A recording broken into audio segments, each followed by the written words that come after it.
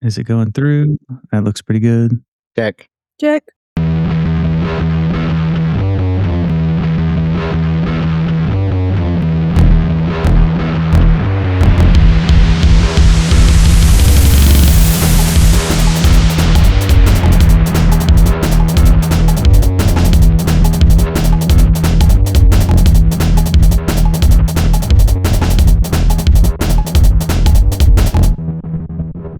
I'm Justin. I have a great jawline and a stable job. My pronouns are he, they. I'm Sadie. I work IT at a public library. I am available at all hours, despite my high position, and my pronouns are they, them. Oh, fuck. Shit. Oh, I'm not. My name is Jay, and I'm not as clever or funny as Justin and Sadie. Oh, I have unrealistic expectations for how long labor takes to do things, my employees, apparently, because it only takes a week to do exhibitions. My pronouns are he, him. That's right. I did find a archivist's Facebook group that was talking about this movie because we are talking about To Philly with Love, which came out in, April of this year, just in time for the Susquehanna Centennial. Oh, I see what you did there. So, Go Birds, etc. Go Birds! Is Susquehanna near Philly? It's the river that goes. Oh no, this is Schuylkill. Yeah.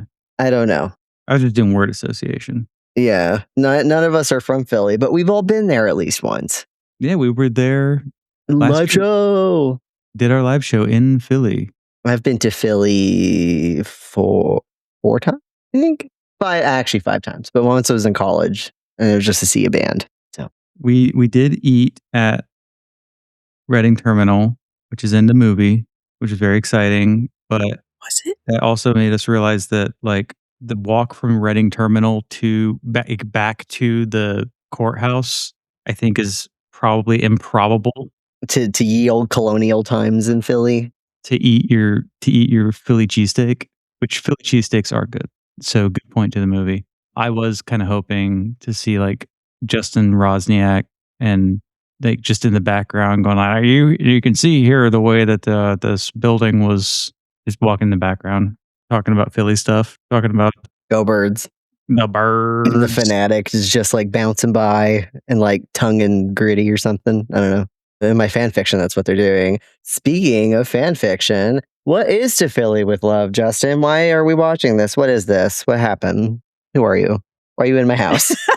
Someone was talking about it on Blue Sky, and they said it was a very interesting portrayal of archives in movies. And since there aren't that many portrayals of actually working in an archive in movies, I was like, well, we should watch it. And also, it's a Hallmark romance movie. Yeah. Yeah. And by romance, it means they don't kiss until the end. Yeah, it's a God-fearing movie. And it loves God, loves country. Oh, God. Oh, God, doesn't love this country. Is just jerking off about America, even though it's Canadian. Yeah, I've only seen, I think I've seen one Hallmark movie, the night. I've seen Hot Frosty. Those aren't Hallmark movies. Those are just bad Netflix holiday romances. They're different things. When I was getting dental work done, they had the Hallmark channel on. And so I was watching a Hallmark movie the whole time I was having my teeth redone. Yeah. Like getting a million fills done on my teeth because the dentist was like, your front teeth are too thin. I'm going to thicken them up. And she just made my front teeth thicker and I couldn't close my mouth after that until I wore it all away. Because like there's like romance movies at various levels of steaminess and explicitness. And then there's Hallmark romance movies. And the Hallmark romance movie is where you get the like the businesswoman come home for Christmas and meet the lumberjack, and then she stays with them and they fall in love because he's got a job and she doesn't have to be a big city lawyer, executive, whatever anymore. Like, and they have no sex or anything risque, no innuendo. There's no like lust and desire. You could show this to a 5-year-old and it'd be fine. Yep. You can show anything to a 5-year-old and be fine. They don't know what's going on. That's true. Sadie, what's your like experience with like the Hallmark romance? I've never actually watched any Hallmark movie before.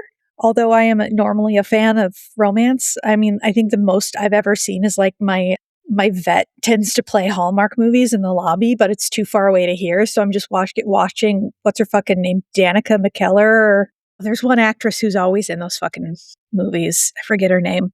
She was in Boy Meets World. And now I gotta look it up because It's like Hallmark's not like explicitly Christian, but it's very like Christian coded. It's very Christian friendly. Danica McKellar, whatever movies she's always in that are like Hallmark or Hallmark equivalent, that's like it. Is I just see her walking around in a power suit while I'm in the lobby of my vet hospital. So, like, that's not, no. Which my wife has had more experience watching Hallmark movies for some reason. And I was like, oh, it really is that cheesy. And they were like, yeah, what did you expect? And I'm like, I didn't expect them to actually be the level of cheese, the cheese whiz, if I may. Oh, I've always of got a Hallmark can next to my canned pasta because I can't say SpaghettiOs. I was like, did he say canned pasta? I'm like, what is canned pasta? And I was just sitting there thinking about it for like a good 2 Italy minutes. people are just so deprived of good Italian food, apparently. I think the only thing that actually made me laugh in this movie was when he goes, it's surprisingly tasty. My mom is cooking chicken pot pie tonight, Pennsylvania Dutch style.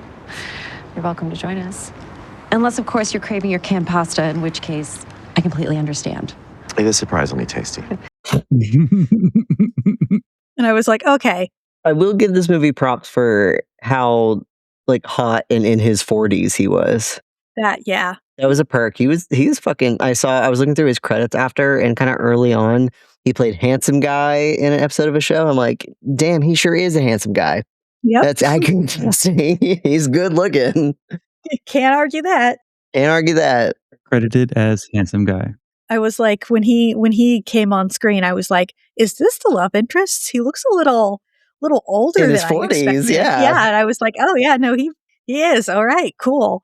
The main character is older than me, which is crazy because she looks incredibly young. She looks like mid-20s. Yeah. I pulled it. Her name looked familiar because she looked like familiar. So I just looked her up, but no, she's just like a regular actress, doesn't do anything weird, is married to an IndyCar driver. Oh, cool. Yeah. Hey, driver, drive these. I did look up the Ottawa archives and the National Archives in Philly. The National Archives in Philly is a big like column building, old style. So everything we saw that was the National Archives was Ottawa. James Bartleman Archives and Library in Ottawa. Hell yeah. It's the city public archives. And they just slapped Philadelphia National Archives outside. I thought it looked a little slapped on. So the Incredible. premise of this film is our history teacher lady, amateur historian, is coming home to Philly. She doesn't live there anymore, but her grandma died. Aw. And so she and her mom have to go through all her grandma's shit and sell her old house and stuff. And her grandma was an amateur historian. And she was working on a project of Revolutionary War letters between this revolutionary soldier and a British chick. But they only have the dudes half because history is not feminist. But we're going to try to give a cookie to feminists so they don't get mad at us. And we want to find the women, the women folks letters, because they're important too in women's history. And so we're going to go to the National Archives to meet hot archivist dude, Nate, or whatever his name is. And he's going to help us, and it's just going to be National Treasure, but they kiss at the end. Actually, they kiss at the end of National Treasure. So this is just National Treasure. And also they do an exhibit of the letters and stuff. We'll talk about the exhibit a lot. Yes, we will. That's where all of the budget Justin, of this... we're dying. We were like, what the fuck is happening? An important caveat, none of us are archivists. That is not my training. That is not Sadie's training. That is also not Justin's training. Though I would argue Justin is the closest, having done history and having also worked in special collections before.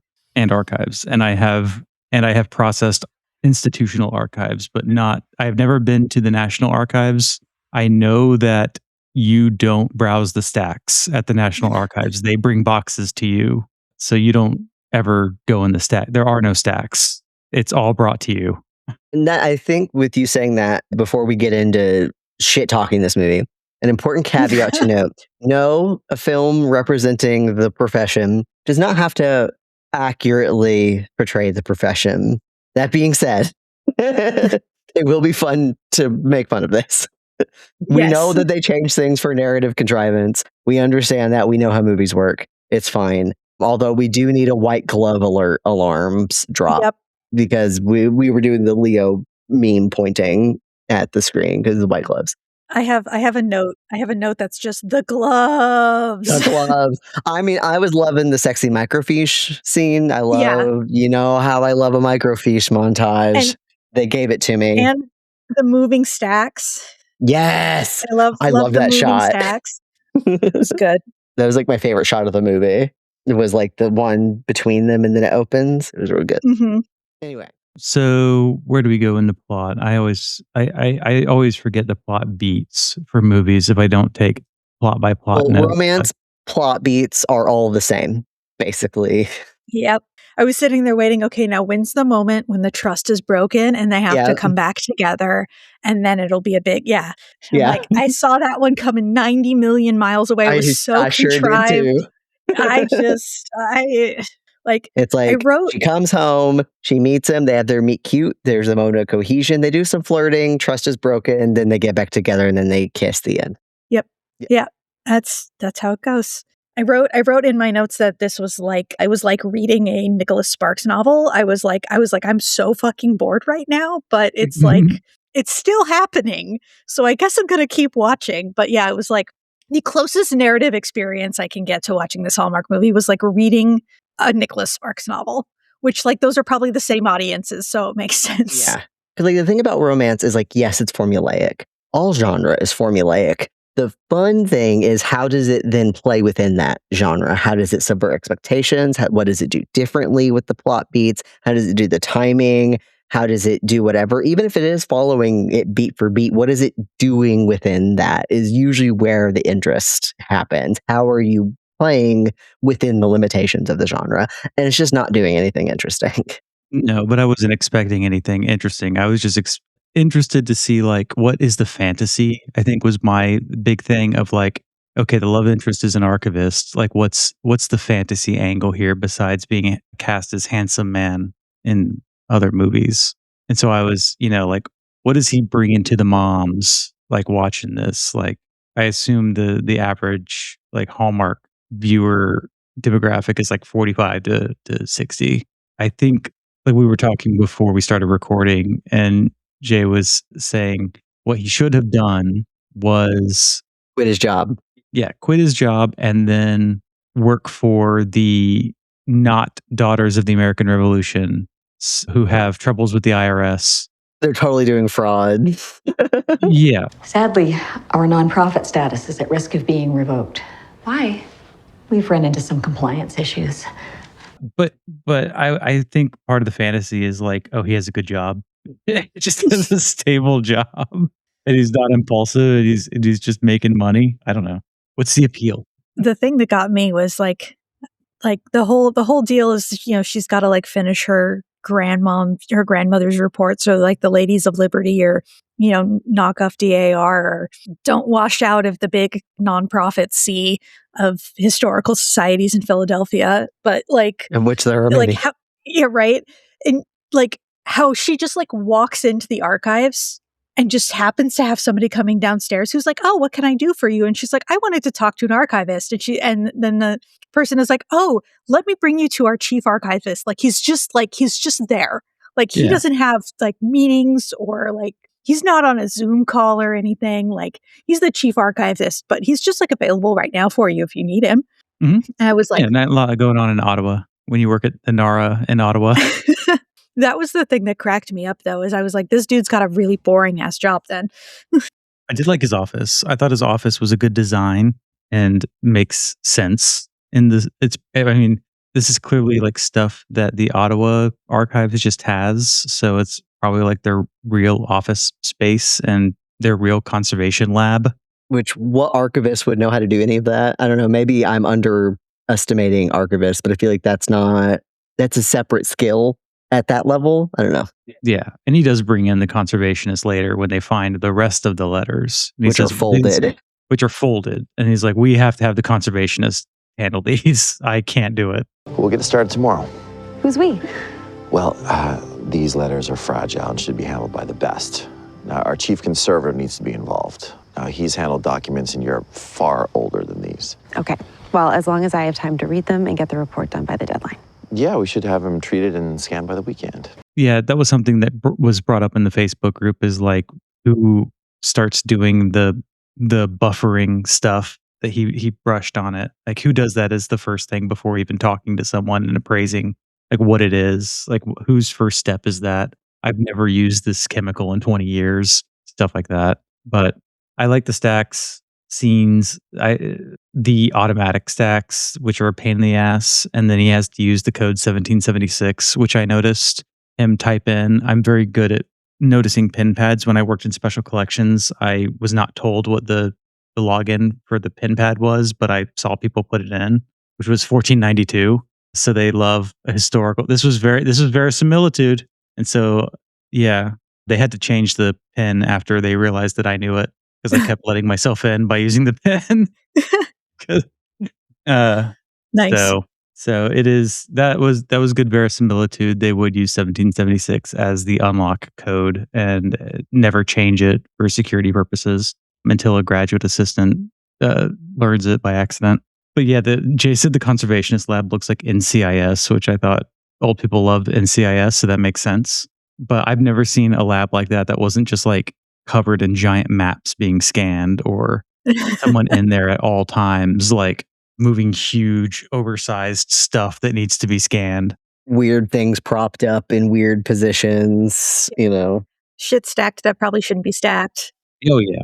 I mean, I've definitely found stuff that was just sitting on a bookshelf that was supposed to be in processing and just got put under some other stuff and was sitting under a pile for like a year.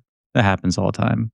But yeah, I approve of his office. I love a whiteboard for trying to think up projects. He has layers.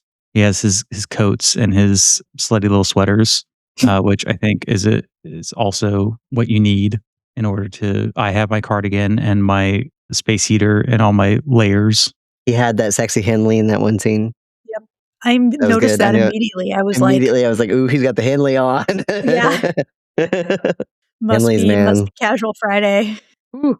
And also, whoever is the person who did the costumes for this, give everyone a size up. All of the costumes in this were too tight, especially his suit for the big dinner scene.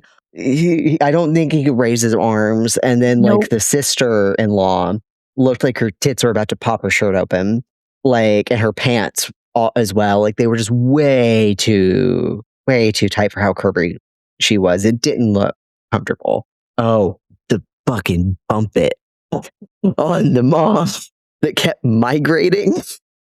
How her bumpet was situated and how far down the rest of the hair was around the bumpet. In the first scene, it's like on top of her head, and then it's like lower immediately halfway through the scene. Like the continuity changed her bumpet like halfway through it.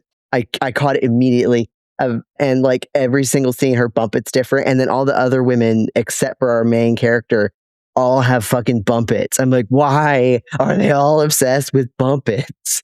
I'm sorry. I was just like, I noticed it and I couldn't unnotice how many fucking bumpets were in this movie. I did not notice that at all. That's hilarious. Like, seriously, just rewatch the first scene and you immediately it's like really tight high bumpet and then it's a little bit more relaxed bumpet. It's like in the same scene. It's so funny. It reminded me of Robin Hood Men in Tights, where his mole keeps moving. Like, I have a mole. I have a bumpet. Also, that pink lip the mom was wearing was way too blue. She needed a warmer color. It did not look good on her. I thought it was very strange how much AI was in this movie that didn't need to be. So the house sign is very clearly AI. That's not a real font that has ever existed. I'm pretty sure some of the other signs were AI. And also, I think the kid's drawing was AI. So there's a lot of like very minor, but very obvious, because the scene loves an establishing shot. Like, it will cut to the outside of a building like 3 times before you leave the building. We were trying to like start guessing. We're just playing a game of like, okay, now it's going to cut to the outside. Now it's going to cut to the outside. Make a drinking game. Yeah. Like, every time it cuts to the Maple Street sign, address sign outside the house or the national or the archive sign. Take Which a is shot the same establishing shot every single every time. single Same time. lighting. It's the same angle, same framing. They just reuse that stock footage that they've edited the sign over every single time. Yeah. I also wonder like how they did the letters. Because like obviously the handwriting's not period appropriate, but whatever, who cares? But I wonder if like the yellowing and stuff was done by AI or if that was actually done properly by someone just trying to have a vision. But it was very funny how much little bits of AI were sneaking their way in. Even though this movie is mostly, I mean, it's just shots of Philly and Ottawa outdoor scenes. And it's kind of it. Wait, I remember something. What the fuck is water ice? Water ice. Water ice. What? It's water ice. Water ice. Oh, That's how 'cause they say water. Water. I had subtitles on, so she says Oh. water ice, and then he literally said wooder, like water wood ice. or ice, and I was like, is that what it's really fucking called? Water ice. That's just how they say water. That's funny. That's a Philly thing, yeah. But I was I'm like, surprised no one what? said John. The archives John, the letters John. Yeah, that water ice, John. Yeah.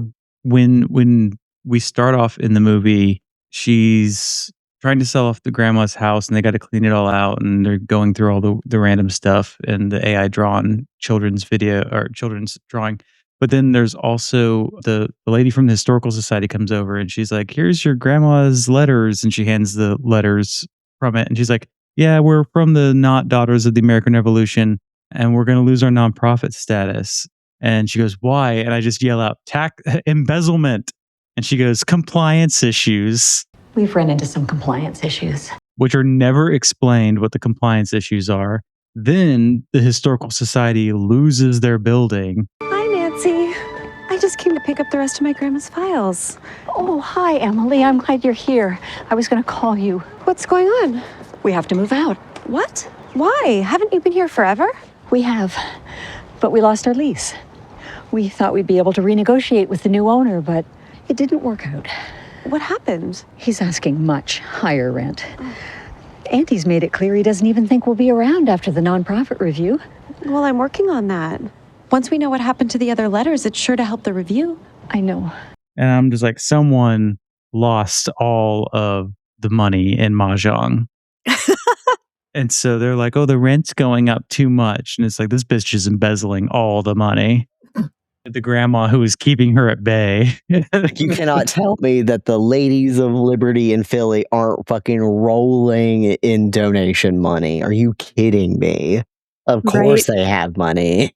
I was just like really, because like I don't know shit about this kind of thing, but I was just like, how would a scholarly level report somehow save a nonprofit from compliance issues? Compliance issues. It wouldn't. You don't have to prove anything to be a nonprofit. You don't have to prove you do history to be a nonprofit. Yeah, that was the thing that I was just like, this seems contrived as fuck. Like, I don't see how a historian's amateur daughter like could somehow save from nonprofit compliance issues. Like, bitches, that's tax. You need a tax lawyer. What's this? The report your grandmother was writing. She was going to present it to the board at the Historical Preservation Society of Philadelphia as evidence that the Ladies of Liberty were still engaged in scholarly research. They said they're a 501c3. Okay, like you can continue to be one. Like there's nothing. What did you do illegally? Did you not file your taxes? Did you not do your 540? The NFL is a nonprofit. Like it's not hard. It's a 501c7. Did you endorse a political party when you're not supposed to? Okay, I'm starting to laugh hard enough that my like asthma cough is kicking in. Can't be funny. We're killing Sadie. They do start looking into these ciphers in the letters, which is so the whole thing is he's a patriot, a real patriot. He's a believer in this country they're building, which is strange because he would be fighting for a country who already existed, which is Pennsylvania. He would be a patriot of Pennsylvania for his own country. That's how he would have thought about it. He would have thought Pennsylvania was his country. But he's like, oh, we're going to make a new united sort of country thing. It's very presentist. It's very looking back on things. They go and hang out with Betsy Ross to look at the flag before flag shagging had been invented. And they're just like, isn't the flag so important? And he's like convincing her that the American Revolution is a meaningful thing to do for reasons. He's doing the romance movie thing of she's like looking and admiring at the very bad tour giver. And he's like doing the thing where she's looking at and he's looking at her. Wow. Oh, Yeah. so wow. It's like, this is like as bad as a fucking, and obvious as a John Donne poem. That's like, I'm going to talk about my love for the undiscovered country and talk about how beautiful the discovery of America or whatever is as a way of talking about how much I want to bang somebody. My dearest Mary, divided from you, my love, I am lost. Though I must leave you now, know that I do with the heaviest of heart and a sacred vow. You will never be alone, dear one, for each time you gaze up at the stars, shrouded in their velvet abyss, I so too will be at once gazing upon them such, and in that moment, we two shall be as one. In your eyes I have seen the stars reflected in the hope of a new nation forming. Hence I am called to battle, and fight I must, but trust I take thee with me always. If I shall never return, know that your notes are forever safe. Until we meet again, yours in eternity, Jonathan.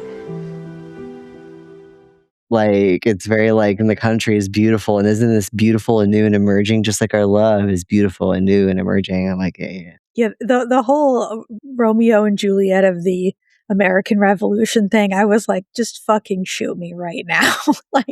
like that's the big exhibit, right? Like that's the big earth-shaking exhibit. And I'm like 6,000 people haven't thought of that idea before. And like every time somebody donates their grandma's old letters or some shit like that, like I'm like, there was nothing earth-shattering about that. I was hoping they would write to each other like John and Abigail did, where they would just like insult each other and be like, "Hey, and I love you, and I tell you truthful things because truth is how I show love, and also bring me pins. Okay, thanks, bye. Love you." There's an embargo going on. I need lace and fabric so I can flip it, and also give me securities and stuff so that I can also do money speculation really well. Something that Abigail Adams was really good at. Hell yeah.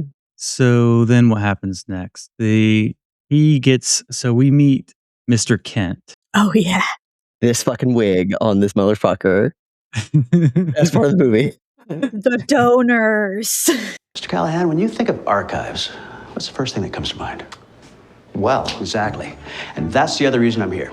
I want to create an exhibit unlike anything we've ever done before. Something that shows people that the archives aren't just a place where old documents are stored on shelves. An exhibit that's interactive and exciting and shows people the real value of what we do here. And equally as important, if not more so, something that excites the donors. Donors! We have to do an exhibit in 1 week that has to be the best exhibit we've ever done. Not like, I don't know, that like in any place, because this is obviously for the 250. It's not like you would have been planning that for like the past 5 years in Philadelphia. Are you fucking kidding me? You would have been planning this exhibit for 5 years minimum. But the donors. Oh, he was in Heartland, the Canadian horse TV show. He's the sexual grandpa in Heartland, I think. Oh no, he's not the star, but he's in it.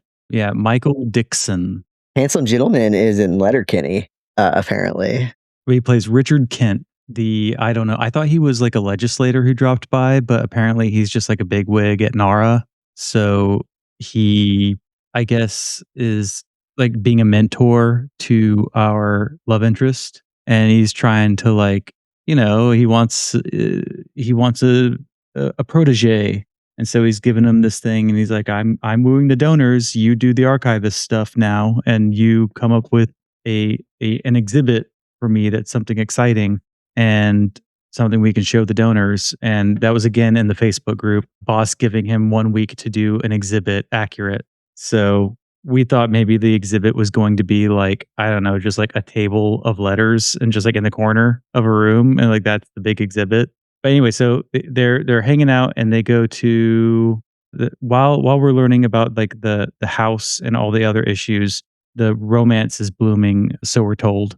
And they go to the brother's house, the love interest's brother, with his Victoria Go Birds. he's wearing an Eagles jersey because it's Philly. He's got two shitty kids. They're She incredibly can chaotic, and they're the best behaved children I've ever seen in my life. Yeah, she can throw the football, and the sister-in-law is a nonprofit specialist lawyer, and she's Of like, "Oh, course. I might need a favor from you. I'm not gonna tell you what it is now." And then later calls her on the phone and is like, "By the way, do you know Daughters of the American Revolution?" She's like, "Oh yeah, I love their work. Send me everything you have, and I'll look into it." A nonprofit my grandma was a part of has run into some trouble with their 501c3 status. The Ladies of Liberty? Yes, I love their work. I'd be happy to advise on that. Have them send me all their supporting documents. Oh, I am so grateful. Thank you. It's my pleasure. They didn't For even explain what the free. problem was. And this resolves later on after the betrayal of trust, where she's like, "Oh yeah, the compliance thing happens to the best of us. It's solved." Yep. So we never learned what the The lady compliance on the issue whatever was. is on my PTA, so I'm in good graces. Yes. So, 501c3 filings can get complicated with the new regulations. We've seen a lot of nonprofits lose their status. I'm glad you brought this to me. All the compliance issues have been addressed. Thank you so much, Sonia. And the ruling on the historical merit of your report will be made any day now. But between you and me, the senior board members on my PTA. It's so PTA hand waved. It's nepotism. hilarious. So then the boss, we get the microfiche scene where the love interest is trying to figure out like what the fuck his thing is going to be. But he keeps wanting to like do historical research on the letters. You 'Cause he put wants into to national figure out- treasure shit. Yeah, he wants to figure out the ciphers and figure out what all the hidden messages are because it's the notebook. And which is relatable. Like, I just want to do historical research instead of my job.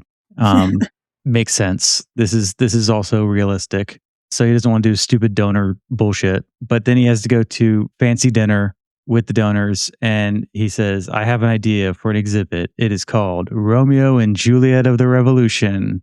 And he steals the idea. And I said, "This is true. Male historians stealing women's scholarship is time-honored tradition." But he tries to give credit, but he can't because Kent interrupts him. It's a new collection.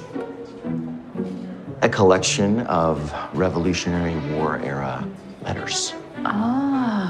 Love letters, as a matter of fact. From the Romeo and Juliet of the Revolution. Fascinating. So, how does this love story end? Yes, I'm dying to know. Hopefully not as tragically as Shakespeare. Let's hope. Well, you're just gonna have to wait and see. Suspense. I love it. Did I not tell you that Mr. Callahan was an exceptional storyteller? Oh, please. But the credit for this exhibit, it must go to... This is going to be amazing. I, for one, cannot wait for the opening. Yes. And then they have the dinner, and our main character shows up, and she's wearing her grandma's slutty red dress. It's a Jackie Kennedy dress. She's Yep. color mogging Jackie over here in her red Kennedy dress. This was your grandma's little black dress. I thought it would be really funny if she's wearing like the purple hat, like she's a purple hat lady. Like, this was your grandma's outfit. She's just wearing the big purple hat. Totally not the DAR, totally. No. Yeah. What did the purple hat ladies do? They do something. They They're do part of the charity DAR, stuff. right? I don't think so. I've been to a red hat lady thing when I was younger. Like I helped. Oh, that might be a Daughters of the Confederacy thing though, because I'm from the South. Yeah, they just do stuff. They're fun. Red and pink hatters. Anyway, so she shows up, and then the Kent mentions like, "Oh, have you heard about his exhibit? You should go." And she's like, "I might." And he goes, "Yeah, Romeo and Juliet of the Revolution." And she goes, "Dun dun dun." And she's like, "Fuck you. I didn't even get a donor agreement for giving you all these valuable letters, original letters that no one else has. I didn't even get a custody agreement for you holding on to them." And he's constantly like, they're gonna degrade. It's like, bitch, it's been 300 years. They're fine. You've got them in plastic sleeves. They're fine. I tore a wall out of my grandma's attic and discovered this special brick like pattern. Something Justin said while we were watching it was like, this is glorifying and reinforcing everyone who's like, but my stupid bullshit's going to end up in an archive, right? Like all my special bullshit, all my family's special bullshit. It's all special and it's all going to end up in the archive and all the archivists are going to be interested in it. Like this movie is like, we see you. Yep. Yeah, we don't have letters from common people from the revolution. Like their family doesn't keep their shit because usually like the reason we have the stuff from the founding fathers is because they were presidents and senators and their grandkids were presidents and senators and they kept all of their stuff and published it even if they didn't want them to. Like Abigail Adams wanted all her letters burned. Common practice, you would read a letter, especially if it had a fucking cipher code in it. It would have been destroyed after reading it. Like neither of these letters would have existed. He especially, if he's out on the field, he would be destroying the letter she sends him as soon as he commits whatever important thing is to memory. He would not be carrying that around with him. They would be burnt. Well, and especially because they're like framed as being like the sort of like star-crossed opposite sides of the war, where he's like the revolutionary and she's like has parents who are loyalists. And I'm like, bitch, those letters are burned. Yeah, like also, I'm realizing now, if the movie is trying to do a star-crossed lovers, like across enemy lines, Romeo and Juliet thing with the letters, why the fuck wasn't that mirrored in our couple? That would have been such an obvious, like, not even enemies to lovers, but like they're on rival whatevers, or like she's on the donor board and they're not wanting to give money, but like something where like they have conflicting interests, but then they love each other anyway. It's right there. Yeah, she's got pink hair and doesn't want to fund the American Revolution stuff, and he convinces her that America is actually good. I read a lesbian romance novel like that one time where it's a monarchism apologia, where it's the first dyke queen of England falls in love with an anti-monarchist. And then they get married and they fuck at Balmoral and it's really hot. They fist at Balmoral, actually. It's pretty good. And she convinces her to not be an anti-monarchist anymore. Because of all the good the monarchy does. It's so fucking funny. It's by Jenny Trout, I think. It's really good. Yeah. one thing that I was just like, oh my fucking God, is when she's like going through her grandmother's stuff and she's like, oh my God, we found this family tree that grandma wrote up. It goes 4 generations back. And I was like, are you 4? Only 4? Like, Sadie, you grew up Mormon. You don't have the same experience as the rest of us. And most of us don't have that information. I guess, but like, I'm just like, okay, so like, yeah, no, like, I know professional genealogists for reasons. And like, but like like 4 generations is fucking nothing. Especially in a town like Philly, like they would have like, and it wouldn't just be like this like strange, like little like drawn out like tree. Like she would have like, you have to find records. Like you would know that bitch's last name. Like, because part of it is they're like, we don't know who this is because they don't have her last name in here. And it's like, that's not how genealogy works at all. Like, if anybody is interested in genealogy and lives in Philly and has had a history there, like, I was just like, 4 generations back. Like, I know 4 generations back off the top of my fucking head. Anyway, that was a thing that I was just like, they were stretching there for all of these reasons to like pull her family into the American Revolution. Like, oh, maybe this is the Betsy Ross connection and blah, blah, blah, blah, blah, all leading up to the fucking letters being in her attic wall. And I was just like, God, you could have done without half of that. Just. There's also no way the city wouldn't have known the historical importance of that house. Yes. They would have known there's like fucking provenance of house ownership and how old it fucking is. There's no, I mean, obviously not every historical building is registered as like a historical society thing, but they would have known how old it is, you know? Like, it's not some shock that this is an old fucking Revolutionary era building. Like, come on. Also, it's huge. I'm like, grandma must have been fucking loaded. Like, yeah. They've just had it a long time. I like when she was like, oh, we can get help from him because he has access to the the genealogical databases. And I'm like, so do you through your public library. And also just online for free. Like, you don't even have to use Ancestry. Ancestry and the Family History Library, which is, I forget what its website is. It's the same exact database when you're on the free level. It's the same thing. Thank you, Mormons. It's the same. The Ancestry.com is also Mormons. It's all the same. It's Just Mormons all the way down. Just all trust genealogy me. is Mormons. But just go to the Family History Library website, and then you can do. That's how I did mine. It's free. It's great. Just do it. They have all of it. You can't avoid it. They usually just plug you in. Yeah. A question for you guys. What the hell do you think Linda's job was? She's probably a librarian. Linda? Which one's Linda? She's like the Asian lady that worked at the archives. She's the one that first introduces. Oh, she also had to bump it. Yes. Yes. But she was in a couple of scenes, but she's in the one scene where he's like, oh yeah, I can't, I'm thinking up ideas or whatever. And she's like, oh, well, I'll leave you to it all awkwardly. And I'm just like, what's your job? Why are you here? Yeah. I don't know if she is also a trained archivist. She might be a librarian and doing more general reference books and stuff. Or she might just be a more public service person.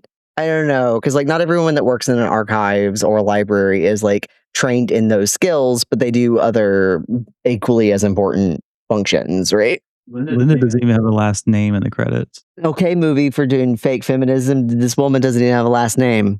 Taking you to task for the importance of women's roles in the history of our stupid country or whatever, and you don't even give Linda Bumpet a last name? How dare you?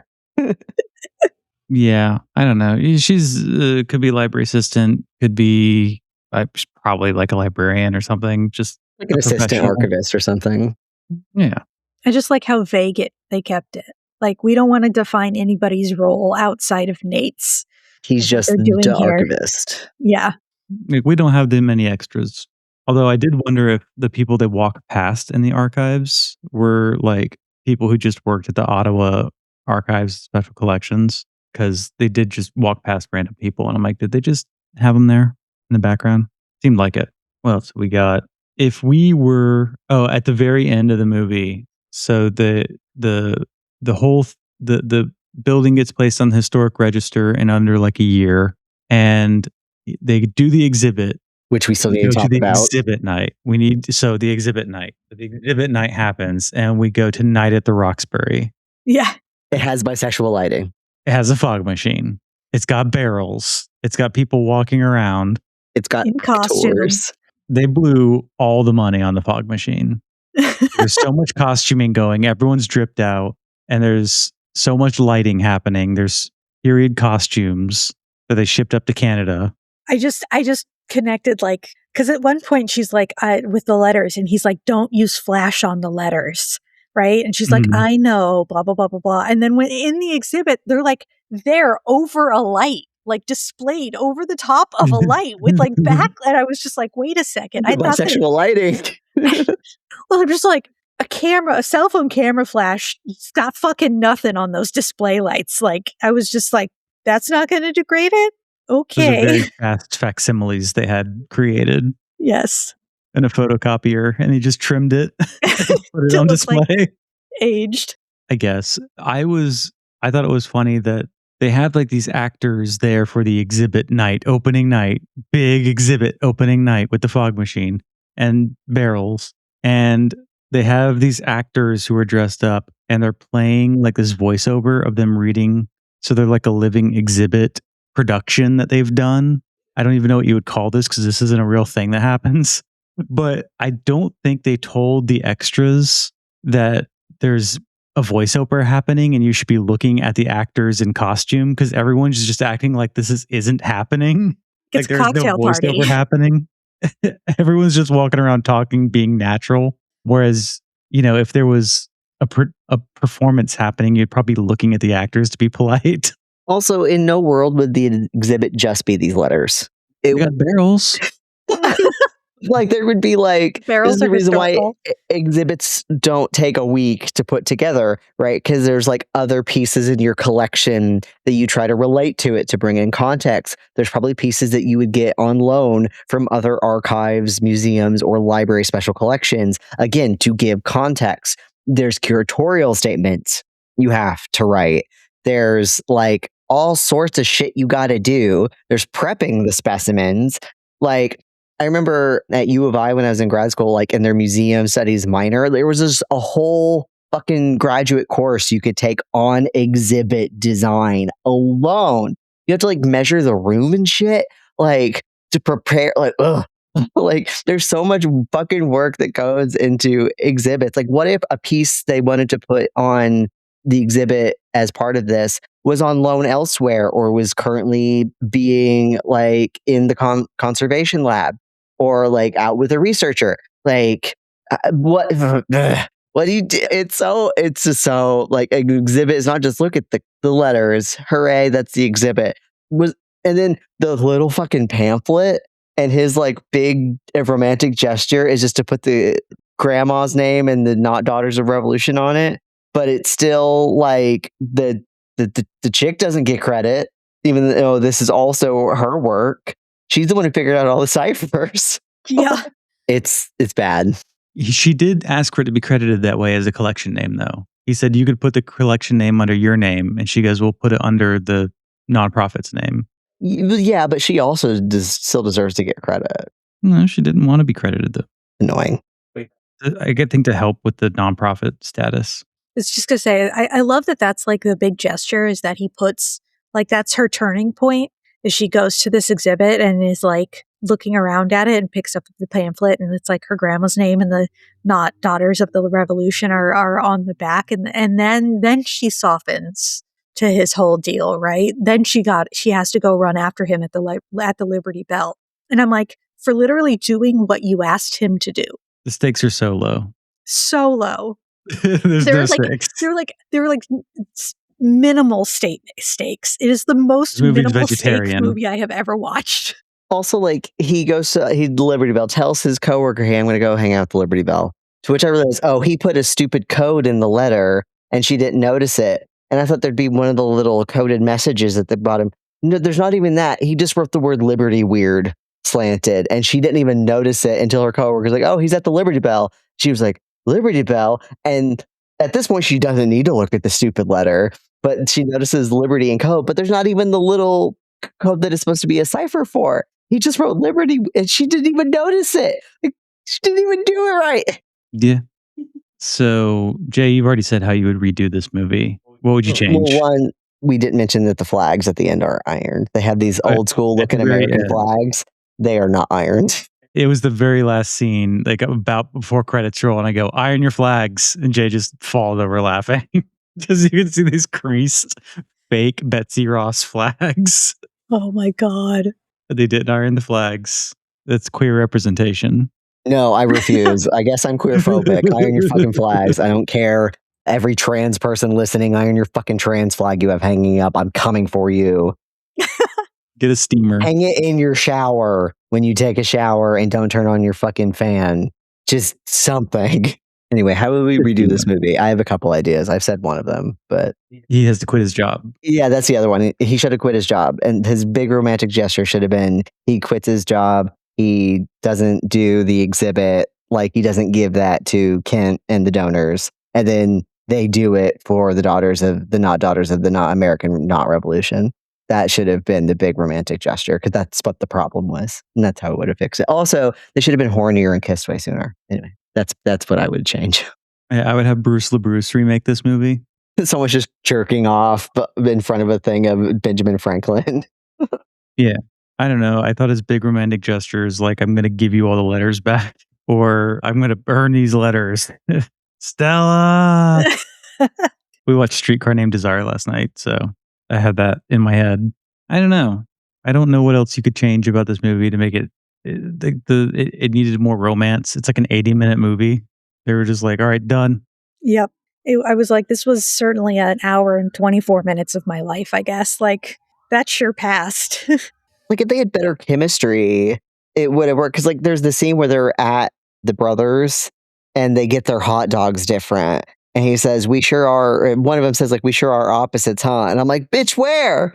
Yeah. You don't talk Yeah, I was about like, excuse me, anything. no? You haven't established an opposites attract thing. You seem to be very the same. Like, He's an archivist and you're a history teacher. Like, match made in heaven. Like, yeah, like, okay. Mm. It was very, very picturesque. And like, it was just like, and every single like Philadelphia symbol was crammed in there somehow. Saw the same statue of Benjamin Franklin like 4 times. Oh yeah, Just like, Philly at night was just a statue shot. yeah. go to South Street and go to Condom King or Condom World or whatever it's called. Like, that's what I want to see. Like, go to the Mutter Museum or some shit. Like, do something a tiny bit grittier. That would be it. Do this movie, but the Mütter Museum. Yes. With the lady who got fired or whatever. Yes. Yes. That's the movie. Make that into a movie. That's the And Hallmark then just movie. add a romance. Yeah, just add a romance to it. She's trying to... With a Gen X goth. Who's like, no, keep it weird. So he donated his fucked up foot, and she is putting all the human remains under review, and he's mad that his fucked up foot isn't on display anymore. And then they fall in love, and she steals the foot. And they start their own historical society with the foot. With the A historical society with the foot of the dude who's still like alive. Yeah. That feels like genuine Philly representation to me, as someone not from there, but has plenty of friends there. Mm-hmm. Yeah, that's how I would. That's the movie I want to see. That's my next question. Is like, what Hallmark movie would you want to see? That's the library Hallmark movie. And I think that's it. It's the Mütter Museum. It's a guy who, because then you would have the actual conflict of like, we're coming at this from different angles. He wants his fucked up foot on display, and she wants to have ethical museum practices, and then they fall in love. I could get behind that. Foot and it had to be amputated. They put all of their prop money into the foot. It's just one big foot. It's like 2 feet long. See, I think like what Hallmark movie would I want to see that's library related? Like it can't take place in a city.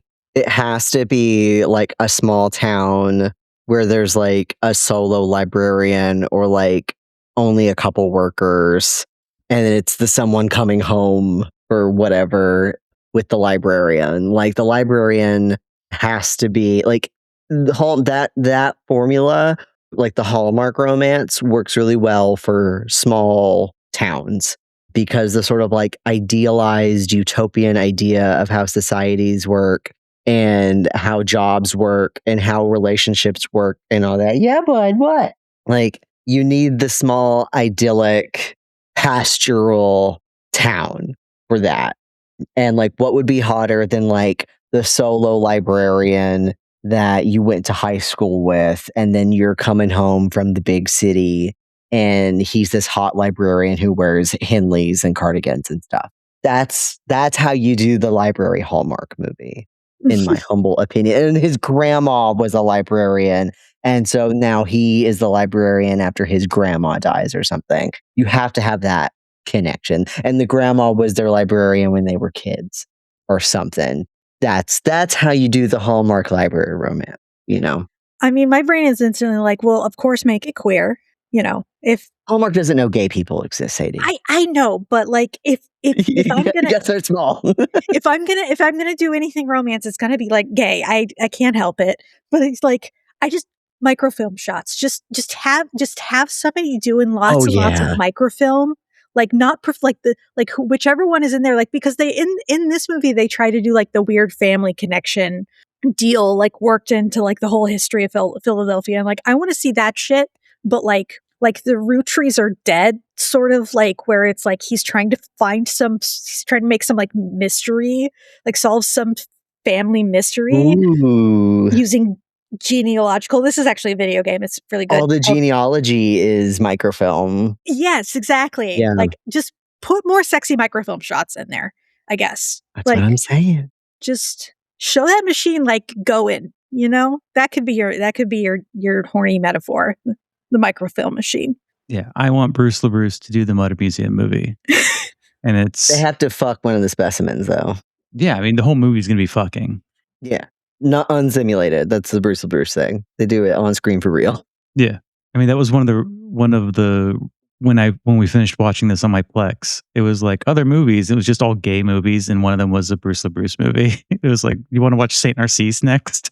Listen, in the Mütter Museum, Bruce LaBruce Hallmark romance, someone's fucking the foot. Oh yeah. Oh, they're fucking the foot like crazy. They're fucking the foot. They're fucking around the foot, like in Pink Flamingos, where they fuck around the chicken. Well, he could use he could use the pussyfoot from. He could use the pussyfoot from The Visitor. Yeah. Good. I'm We've not already got the familiar with props. this Okay, at we gotta- all. So you're saying words that to me are words and orders that are unprecedented. I'm sorry. Pussyfoot? The pussyfoot. I don't know about the pussyfoot. Sorry, that sounds like a. That's going to be the cover art for this episode. It's just the pussyfoot from The Visitor. It's exactly what you think. It's a fleshlight that's a foot. But that has a pussy, so you can fuck it. Yeah. They bought it at like a sex shop and just was like, this is plot now. I don't know. Maybe they made it. Silicone's cheap. Okay. All right. It's late. Final thoughts. Do we recommend this movie to anyone ever? The dude's hot, and he's like in his 40s. Got a jawline. Yeah. I would be curious, Philly people, chime in. What do you think of this movie?